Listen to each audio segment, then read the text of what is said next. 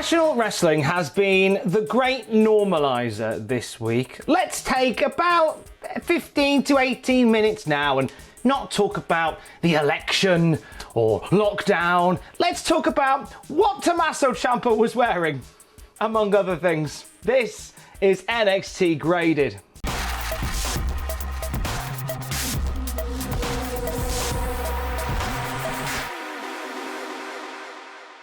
We open with Ember Moon versus Dakota Kai, a match set up t'other week when Kai attacked Moon, booting her face while she was over the apron. And we have some aggressive grapples to start, aggro graps, if you will. Ember Moon taking the lead in this one until we see Ember Moon trying to pull Dakota Kai through the turnbuckle. She ends up getting her shoulder pushed into it instead, and Dakota Kai just wears down the arm and the shoulder of Moon from here. Moon does push back though, hitting a power bomb to break an armbar and giving a boot to Dakota Kai while she's leaning over the apron, a receipt from last week. Moon misses a second dive that puts Kai back in control once again, but we see Moon start to rally. They fight on the top rope. Raquel Gonzalez is there for the distraction. It allows Dakota Kai to get back into the fight, stop Ember Moon, and hit a draping go-to kick for the 1, 2, 3. Dakota Kai getting the pin on Ember Moon in the opening match. Giving this match a B, I thought this was pretty good with these guys. I'm enjoying Ember Moon's aggro grab style that she has incorporated into her wrestling work when she got back. Surprised to see Moon take the loss here. She's not been back that long, but it was as a result of shenanigans. No doubt it'll set up for something else down the road. To the moon with Cameron Grimes. He is facing Kushida next. He got freaked out by a referee backstage. It was the zombie referee from the Haunted House of Terror match. So Grimes has not been in a good place since having that match. He's begging off from Kushida to start with, but Kushida, who has had this aggressive nature to him as of late, finally gets his hand on Grimes and just starts wearing down the arm. Grimes uses naughtiness to keep Kushida at bay throughout bits of this. He even busts out a nice sit-out powerbomb for a 2 count early on as well. Kushida will rally. He'll hit an avalanche arm breaker, which looked amazing. They go for some roll-up pins. This ends up with the referee getting knocked out, and the referee that comes down to officiate the match from there is the zombie referee from the Haunted House of Terror. This freaks out Cameron Grimes, and he staggers straight in to a hoverboard lock. Kushida locks it in tight, and Grimes taps out. Kushida defeating Cameron Grimes here. Giving this one a B as well. Prepare yourselves to think you're living in a hive. A lot of B's coming your way tonight. This was good. Some great stuff with these guys. Bit of a kooky finish. I don't quite know where we will go with Cameron Grimes versus a possibly zombie ref, but hey, it's wrestling. I thought this was all right. We get a video of Io Shirai throwing down the challenge to Rhea Ripley for an NXT Women's Championship match. Later on in the night, Rhea Ripley will respond and accept the match. We're getting Ripley versus Shirai, and Rhea Ripley is promising to end this year as she ended 2019 as NXT Women's Champion. These two should have a barnstormer when they get there. Drake Maverick and Killian Dain head down to the ring. Killian Dain's not cutting off their theme music this week, so there's some progress there. They're facing Everrise once more. We've basically seen Drake and Dain evolve in matches with Everrise. First, they weren't getting on at all. Then Dain defended Drake. Then Drake defended Dain. And in this one, they kind of seem to be on the same page, although Killian Dain is using some double team offense with Drake, and he's roughhousing Drake a little bit, like he's dropping him on the ground and he's slamming him onto the opponent with a little bit of force. So it's still not quite the full ticket there. During the match, we see a car pull up, and out get Pat McAfee, Pete Dunne, Oney Lorcan, and Danny Burch. They storm the ring and beat up everybody. The match is thrown out and everyone gets a shoo-in. When we come back from break, after a gathering for a selfie, Pat McAfee takes the mic and he is there to eulogize the Undisputed Era. They have a flag that they are going to hang in the rafters. A bit like a sporting thing, isn't it? They do that in the the basketball and the ice hockey and the stuff like that, don't they? So they're going to do that. They talk about the career of the Undisputed Era, and Pat McAfee weaves this incredible yarn which explains why everybody is there. Pete Dunne is there because Roderick Strong turned his back on him in favour of the Undisputed Era, so Dunne is out for revenge. Danny Burch and Oney Lorcan always overlooked because the Undisputed Era was seen as top of the tree and they're not overlooked anymore. Pat McAfee says that the Undisputed Era won everything and then they got complacent, and they collectively are now the greatest four in NXT. They changed their mind on doing the flag into the rafters. Instead, they decide to burn it. So we get a dustbin, we get the flag in the bin, and Pete Dunne pours in petrol and they set it alight. A great little moment to end that segment. I'm giving this segment actually an A-. Decent enough stuff with Drake and Dain and Everrise, but for me, the Pat McAfee promo was excellent. And he told the story so well. And the one thing I think sometimes people forget when you go into these storylines is you need a little bit of reasoning as to why everybody's doing it. And we got all of that from this promo. Not giving it an A+ or an A because I felt that, one, it went a little bit too long in the tooth. Pat could have probably said a little bit less and got a bit more. And also the crowd noise took me out of it a little bit. I know we're piping noise in, but just overbearing booing. Too much booing, really. And I would have preferred it if it had been a bit quieter and Pat would have spoken. But the words that Pat said, I thought were great. They go to leave the venue and Killian Dain has one more chance to try and get a bit of revenge, and he gets beaten down. Pete Dunne even kicking Dain's head into a car door. Just pretty brutal. Four guys looking to take over NXT. They have said they will go to war, essentially. And I'm sure there will be some ramifications, maybe some games that can be played with the Undisputed Era. We're at home with the Garganos, well, Johnny Gargano in particular, who's talking about how much he loves wheels while he plays a board game. He gets a phone call saying from the Scream masked human saying, I'm in your house. To which Gargano says, yeah, I know, you sat next to me. We pan out and there's the mystery Scream hooded figure playing the board game with Gargano, and Johnny's talking about how great he is. So it looks like the Screamed hooded figure is sticking around in the Gargano's place for a little while now. We also find out that Johnny Gargano will defend the North American Championship against a worthy opponent next week. I'm going to put my money on this being Austin Theory. I feel like there is something they're going to do with Theory and Gargano, and shenanigans afoot from there. I'm just calling that now. Shotzi Blackheart versus Toni Storm next. Shotzi earlier on in the night chose Toni Storm as her opponent for this evening. Toni Storm said that she will use Shotzi Blackheart essentially as a stepping stone in NXT. Blackheart storms to the ring, no tank, and starts pushing and shoving Toni Storm. So obviously she's upset with Toni Storm saying she's using her as a stepping stone, but it seemed quite aggressive from Shotzi Blackheart. We then find out from the commentators as the match goes on that somebody has stolen Shotzi Blackheart's tank, and Shotzi thinks it's Toni Storm.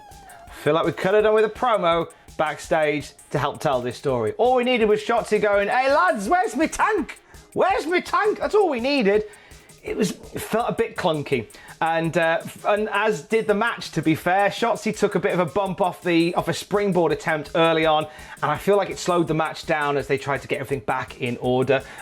From heavy strikes to start and that slip up, it descends into rest holds before going into the break. A bit more fire from both when we come back. Blackheart taking over on Toni Storm, and it looks like these two are just going to rip each other apart. This gets very aggressive near the end. Shotzi goes for a tornado DDT onto the apron, and she fluffs it a bit. They just sort of collapse to the floor. Shotzi gets back into the ring just as Candice LeRae appears on the screen saying, hey Shotzi, look, I found your tank in the middle of the road. I'll keep an eye on it for you. This distraction leads Toni Storm to get back in there, roll up Shotzi, and get the win. After this, we cut back to the big screen where Candice says, I can't look after your tank for much longer. No, here comes a car.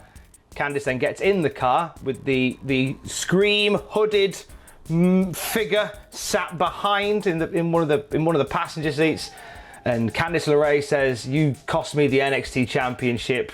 Now we're going to be even." And she runs over the tank of Shotzi Blackheart, and Shotzi is beside herself in the ring as her tank gets run down. Toni Storm even comforting her at this point.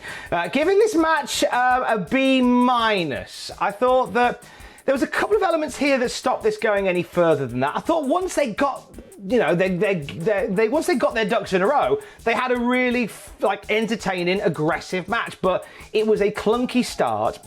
It was a pretty clunky middle.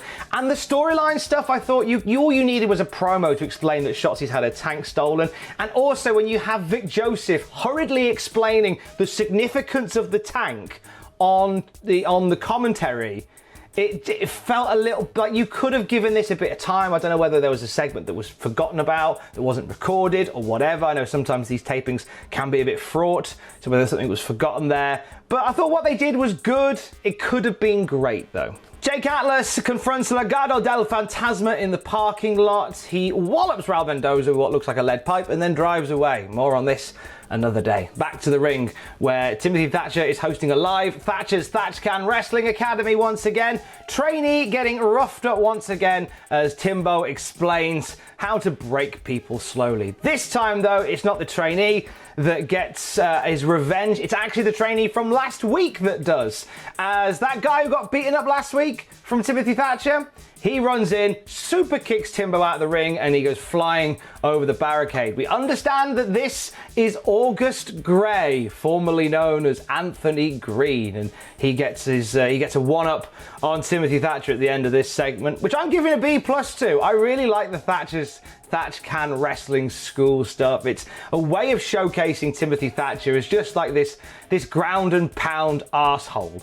And I always felt that this was going to be a great chance to make a star in something like this. And we're doing that quite quickly, it seems, with the arrival of August Gray actually sending Timothy Thatcher packing. I think we could have waited a bit longer for this, maybe. I don't know. But either way, it looks as if August Gray. What was wrong with Anthony Green? Anyway. Oh yeah, I know, WWE didn't own it. So looks like we're getting Gray versus Thatcher very soon. Xia Li gets another letter from a mystery person. You know those letters that Bo has been handing her? This time Regal hands her one and she looks very concerned reading it and demands a match with Raquel Gonzalez next week, because Raquel attacked Xia Li just the other week before Halloween Havoc and says that she dishonored her, so now she has to make it right. So Regal's going to make the match for next week. Xia Li versus Raquel Gonzalez. I'm very intrigued by the notes that Xia Li are getting. There's a unique little story on the bubble here. We come to main event o'clock. It's Tommaso Ciampa versus Velveteen Dream. And I have a hack theory, right? So Tommaso Ciampa has this mask on, which we've seen the mask before, but this feels like a fresher version of this new look he's got. He's got the mask on, he's got the armor on. It's weird how, like with guys that develop, you normally see them as they progress. You normally see them subtract rather than add to the character. And Ciampa seems to have gone from just this very basic, down to earth brawler type, no music, scraggly beard, cargo pants, to now he's kind of looking like this new world's gladiator type. And I've got a hack theory on this, right? I think Ciampa's being called up, okay?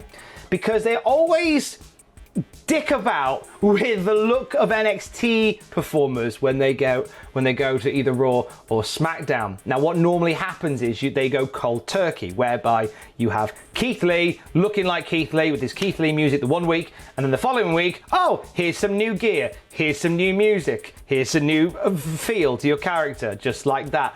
I feel like they're trying something different here, and I feel like we are seeing now the Tommaso Ciampa that will end up on Raw or SmackDown. I feel like they are introducing that on NXT, so when he gets over to Raw and SmackDown, it feels like a more natural transition.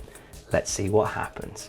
Ciampa hones in on Dream's cast to get us started. Dream gets frustrated by this and bangs on the announce table, only to hurt his hand in the process. Ciampa just continues to wear down Dream. This match is pretty much all Ciampa. If this was a footy match, Ciampa would have more shots on goal than anybody. It's pretty much all Ciampa till Dream gets an eye gouge after the break. He starts grounding and pounding on Ciampa, but Ciampa rallies and hits a superplex. Then they pipe in "This is awesome" chants, and is it though? I mean, it's very good. This is a very good match, but is it awesome?